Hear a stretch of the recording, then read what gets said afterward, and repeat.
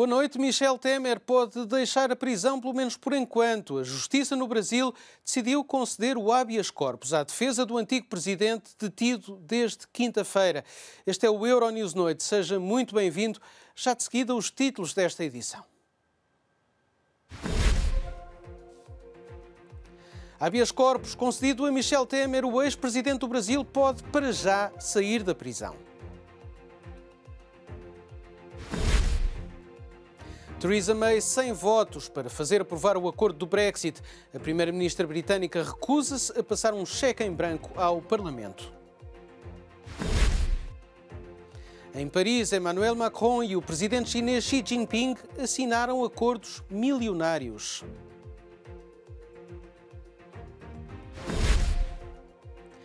Confira ainda as últimas informações sobre a crise humanitária em Moçambique e veja como o mundo da música se prepara para ajudar. Michel Temer pode muito em breve ser um homem livre, pelo menos por enquanto. Um juiz desembargador decidiu conceder o habeas corpus pedido pela defesa do ex-presidente do Brasil a ser investigado por corrupção. Um juiz desembargador do Tribunal Regional Federal da 2ª Região decidiu-se pela libertação do ex-presidente brasileiro Michel Temer.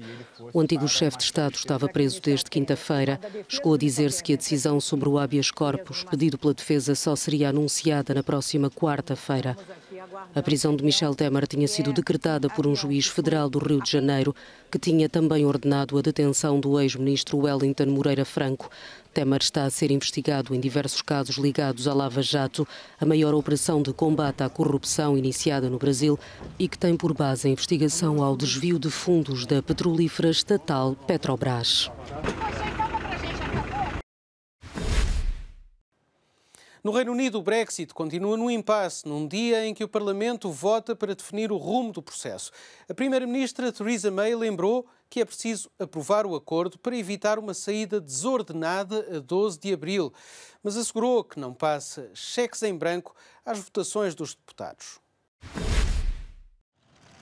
Theresa May foi ao Parlamento reconhecer perante os deputados de que não tem neste momento os votos necessários para garantir a aprovação do acordo para o Brexit.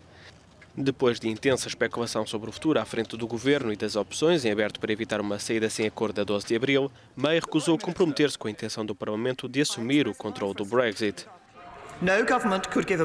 Nenhum governo poderia dar um cheque em branco para se comprometer com o resultado sem saber qual é.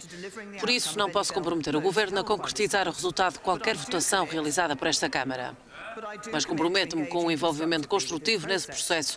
O resultado padrão continua a ser sair sem acordo.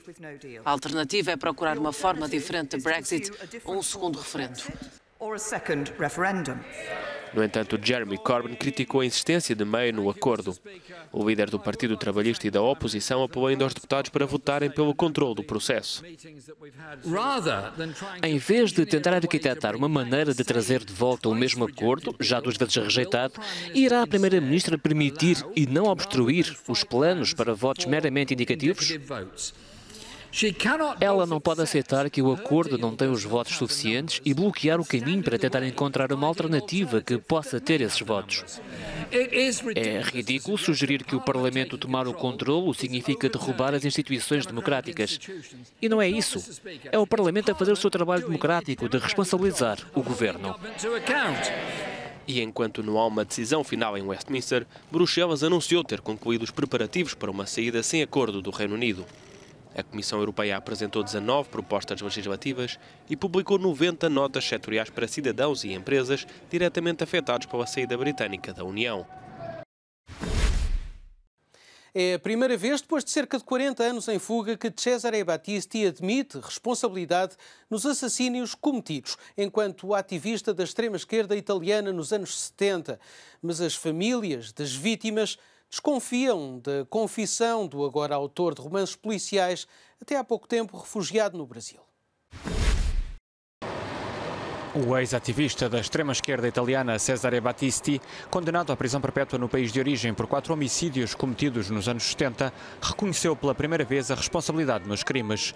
Refugiado em França durante 15 anos e depois exilado no Brasil, Battisti foi capturado em janeiro na Bolívia após 40 anos a monte e posteriormente extraditado para a Itália. O antigo membro da Organização Proletários Armados pelo Comunismo tinha sido condenado à revelia pelo assassinato em 1979 do guarda prisional António Santoro e do condutor da polícia Andrea Campagna. Battisti tinha também sido condenado por cumplicidade no assassinato no mesmo ano do talhante Lino Sabbadin e do Orives Pierluigi Torreggiani num ataque que deixou o filho Alberto numa cadeira de rodas para o resto da vida. Segundo o procurador de Milão que o interrogou, Battisti não só admitiu pela primeira vez os crimes, como o erro da luta armada. Para as famílias das vítimas, trata-se de um estratagema para obter reduções nas penas. Donald Trump diz que o relatório do procurador Mueller o exonera completamente e prova que não houve conluio com a Rússia nas últimas eleições presidenciais. Os democratas dizem que não é bem assim e exigem a publicação do relatório. Depois de conhecidas as conclusões, Donald Trump definiu a investigação do procurador Robert Mueller como uma tentativa de destituição ilegal que fracassou. Não houve conluio com a Rússia. É a coisa mais ridícula que eu já ouvi. Não houve conluio com a Rússia, nem qualquer obstrução.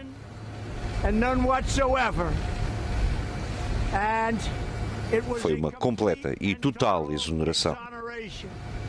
Apesar do otimismo de Donald Trump, a carta de 4 páginas enviada ao Congresso sublinha, por um lado, que não há provas de que Trump ou qualquer outra pessoa da campanha tenha cometido algum crime, mas, por outro, não descarta o envolvimento do presidente.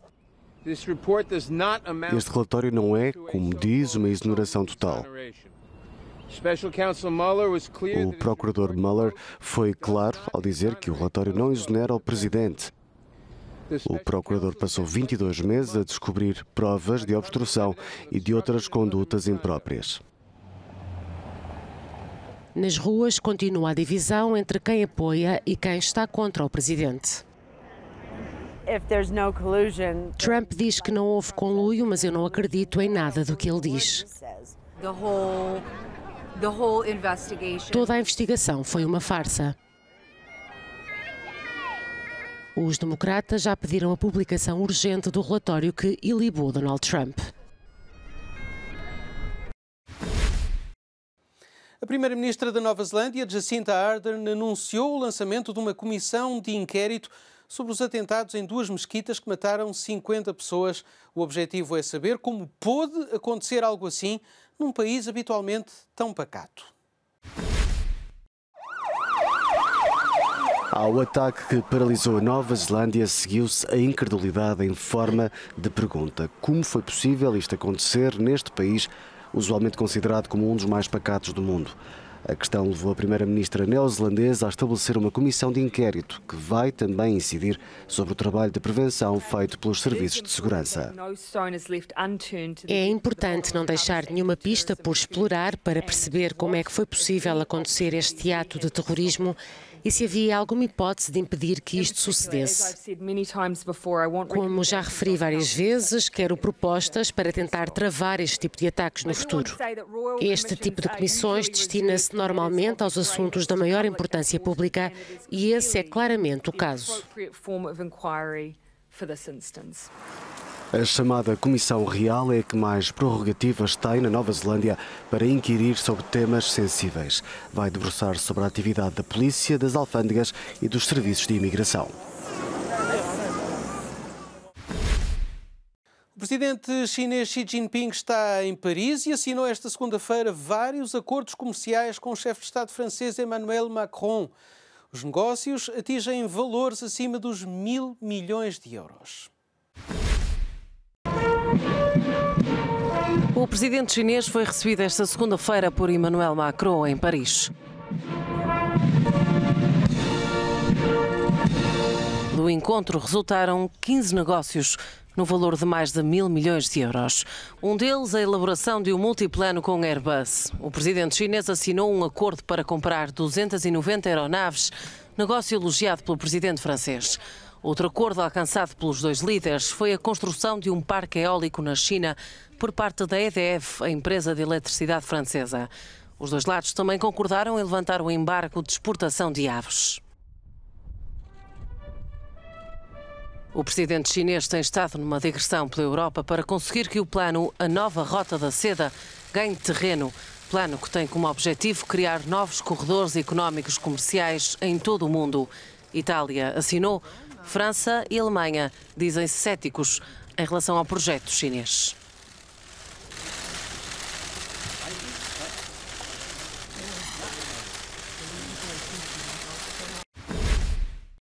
E da ONU vem o apelo à calma depois de Israel lançar uma campanha contra a faixa de Gaza em resposta a um rocket que caiu em território israelita e que o Hamas nega ter disparado.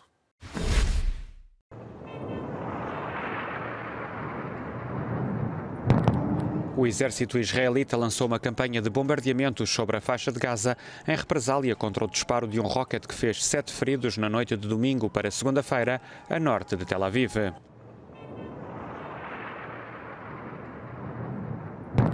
Este novo recrudescimento das tensões no conflito israelo-palestiniano levou o secretário-geral da ONU, António Guterres, a exprimir grande preocupação e apelar a todos os envolvidos que exerçam um máximo de contenção.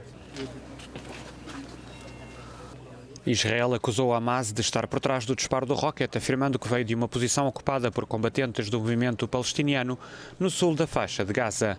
O Hamas negou qualquer responsabilidade no lançamento do projétil. O exército hebraico anunciou o fecho dos pontos de passagem entre o território israelita e o enclave palestiniano, reforçando posições militares e bloqueando também as estradas à volta de Gaza.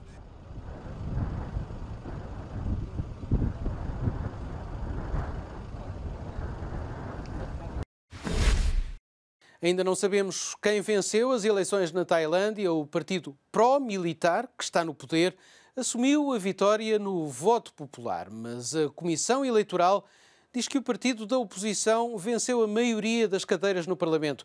Os resultados oficiais só devem ser divulgados em maio. Tanto o partido pró-militar como a oposição dizem ter votos suficientes para formar governo na Tailândia. As eleições deste domingo foram as primeiras desde o golpe de Estado de 2014. Ainda não há resultados oficiais, nem certezas de quem vai realmente formar governo no Parlamento tailandês. Mesmo sem resultados, o partido pró-militar celebrou vitória no voto popular. O partido Pralang Pracharat ganhou o maior número de votos nesta eleição. A partir de agora começaremos a conversar com partidos políticos que ganharam assentos nesta eleição e cujas políticas vão de acordo com as nossas para formar um governo. Mas dentro da Câmara dos Deputados foi a oposição que venceu. O partido antimilitar Pheu Thai conquistou 137 assentos, ao contrário dos 97 do governo pró-militar atual. Depois de contar os votos do lado democrático, vemos que há mais de 200 deputados de todos os partidos políticos que declararam ou anunciaram anteriormente que não permitirão que os militares continuem no poder. Então, acho que é vontade das pessoas ver mudança neste país e seguir pelo caminho democrático. A oposição quer mudança, só que na Tailândia é a Constituição Militar do país que garante o Senado e só militares podem nomear os deputados. Ou seja, o partido pró-militar pode continuar no governo, mesmo não tendo vencido a maioria das cadeiras do Parlamento. Os resultados das eleições só serão conhecidos no início de maio.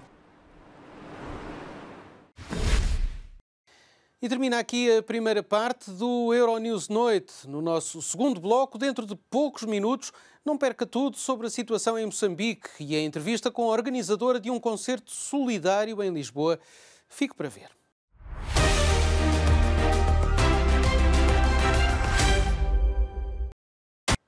Bem-vindos à segunda parte do Euronews Noite. A situação em Moçambique é uma bomba relógio humanitária.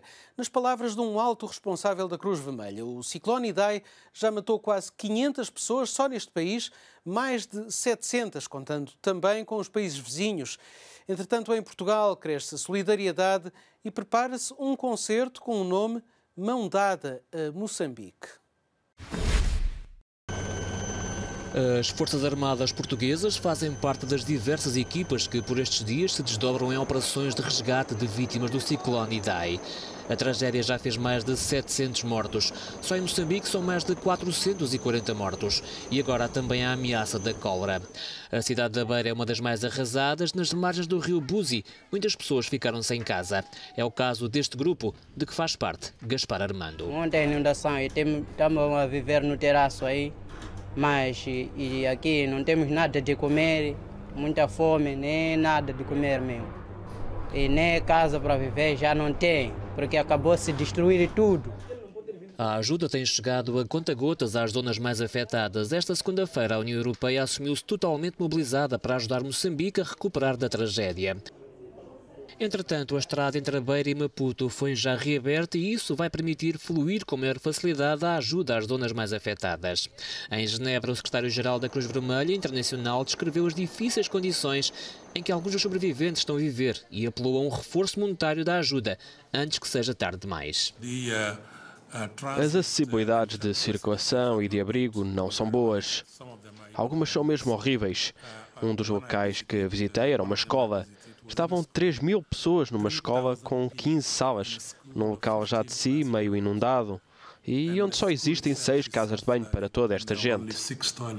Por isso, não estou a exagerar quando digo que estamos sentados numa bomba relógio de água, saneamento e higiene. Estas são pessoas muito vulneráveis. São crianças muito vulneráveis, raparigas muito vulneráveis e também mulheres.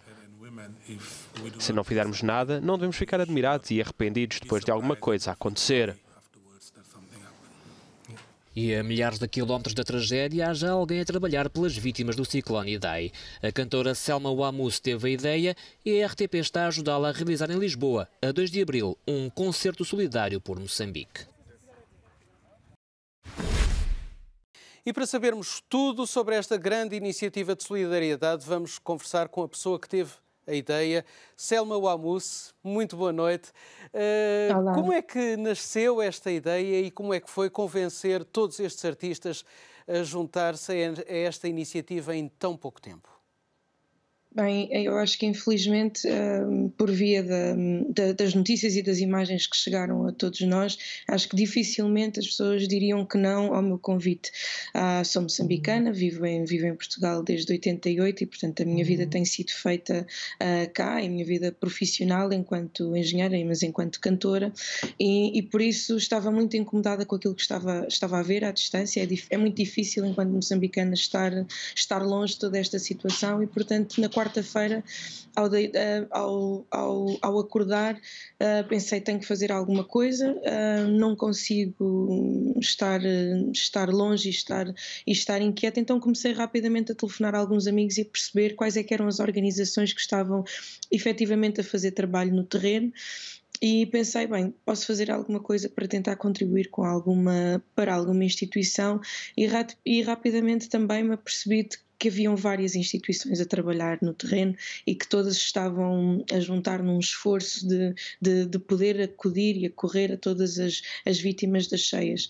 Escolhi 8 por mera ligação com algumas das pessoas com quem falei, que são da minha confiança, algumas que estão em Moçambique, outras que têm feito trabalho solidário, nomeadamente o Pedro Matos, que é um dos responsáveis pelo World Food Program e que está na Beira neste momento, a Alexandra de Cadaval, que tem feito trabalho humanitário em Moçambique, e então escolhi 8 instituições para as quais telefonei e que rapidamente me explicaram o que é que estavam a fazer no terreno e pronto, decidi que ia fazer um concerto solidário. E a RTP aderiu logo à ideia?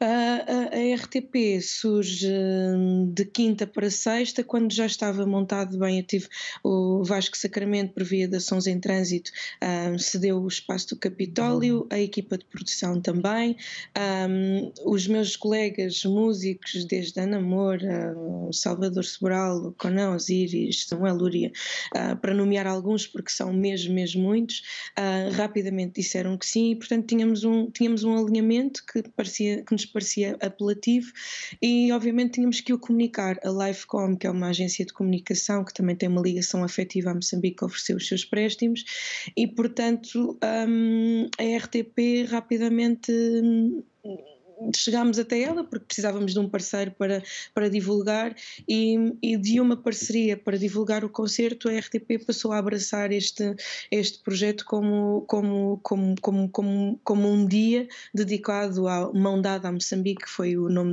da iniciativa que dei, e pronto, e as coisas ganharam rapidamente assim uma dimensão maior. Portanto, a RTP junta-se a este evento num dia inteiro em que haverá uma emissão especial, vai fazer a transmissão em direto por via da RTP Internacional também, RTP África, as antenas 3, pelo menos sei que estarão em parceria, a RTP África, não sei se nomeei, haverá chamadas de valor acrescentado, uma linha de chamadas de valor acrescentado, um call center para donativos e, portanto, as pessoas poderão contribuir de várias maneiras, não só estando no concerto, mas também através destes bilhetes donativos e à distância. Muito bem, já falou aí de alguns nomes, estão entre eles 2 representantes de Portugal na Eurovisão, o Salvador Sobral e o Conan Osiris. Falou da Ana Moura também, sei que vai estar a Gisela João, o Legendary Tiger Man. Quer falar-nos um bocadinho, assim, resumidamente, do cartaz e de como é que as coisas se vão desenrolar?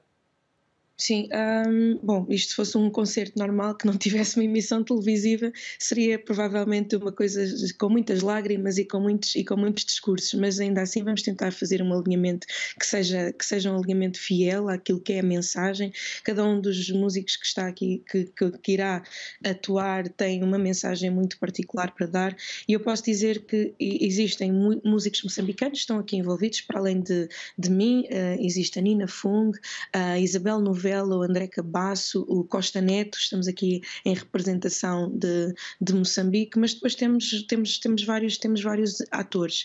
Temos a Ana Moura, o Benjamin Bestiuta, a Celina da Piedade, Conan Osiris, como já disse, Couple Coffee do Brasil, Cristina Branco, Dalva, o Dino de Santiago, Elisa Rodrigues, Elas e o Jazz, Amy Curl, Gisela João, Golden Slumbers, Gospel Collective, Weber Marques, Joana Alegre, Joana Barra Vaz, Jonatas Pinto, Jonathan Pires, Luísa Sobral, Karina Gomes da Guiné, Márcia, Maria João, a Marta Reno, Matai, o Mr. Isaac, o Molinex, Noiserve, Paulo Flores, Rita Red Shoes, Rodrigo Leão, Salvador Sobral, Samuel Lúria, Sara Tavares, Senhoritas, Surma, Susana Travassos, Tatanka, The Legendary Tiger Man, a Uxia, que vem de propósito da Galiza, os We Trust. Portanto, temos aqui uma conexão lusófona que se reúne em força e que eu tenho o privilégio de chamar amigos. Todas estas pessoas são pessoas amigas, são pessoas próximas, são pessoas que me conhecem muito bem, muitas delas trabalho ou já trabalhei com elas,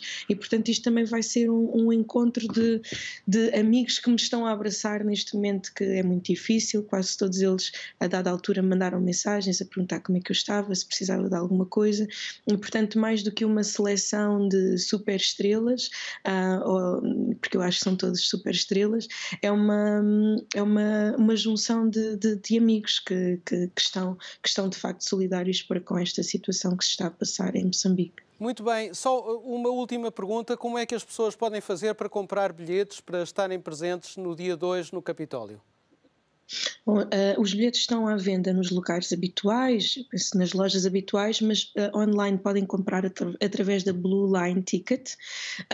Estão disponíveis os bilhetes normais, mas também os bilhetes do nativo. Os bilhetes do nativo são bilhetes que as pessoas compram, não dá acesso ao concerto, mas as pessoas podem comprar, por exemplo, se estiverem fora de Lisboa, fora de Portugal, e não puderem vir ao concerto, podem comprar estes bilhetes donativos em qualquer ponto do mundo. Tem 2 valores, 20 e 30 euros, consoante as pessoas queiram participar, isto para além das linhas de chamada de valor acrescentado também que estarão abertas, e do call center onde se recebe donativos de qualquer valor. Selma Wamusso, muito obrigado, desejo muito boa sorte, muito sucesso para este concerto e que haja uma grande adesão do público, é o que eu desejo do fundo do coração. Muito obrigado. E obrigado por ter estado connosco. Temos encontro marcado para terça-feira, dia 2 de abril, no Teatro Capitólio, em Lisboa, ou num televisor ou computador perto de si.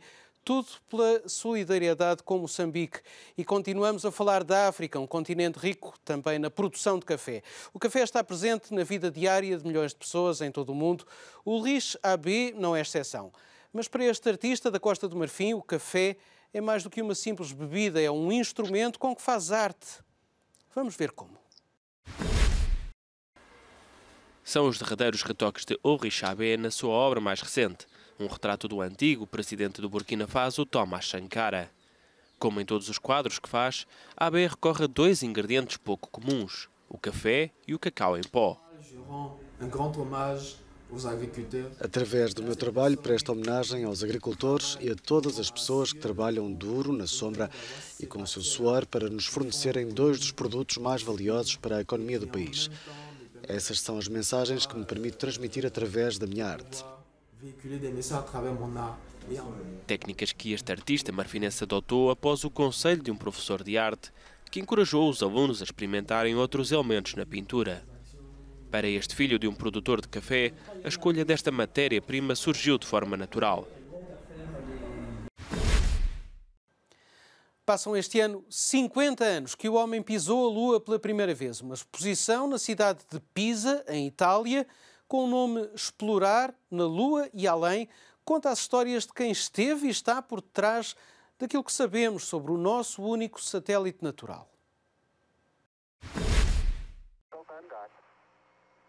Já foi há 50 anos que o homem deu o passo mais importante fora do planeta Terra.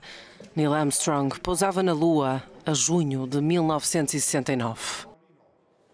As imagens foram transmitidas para todo o mundo.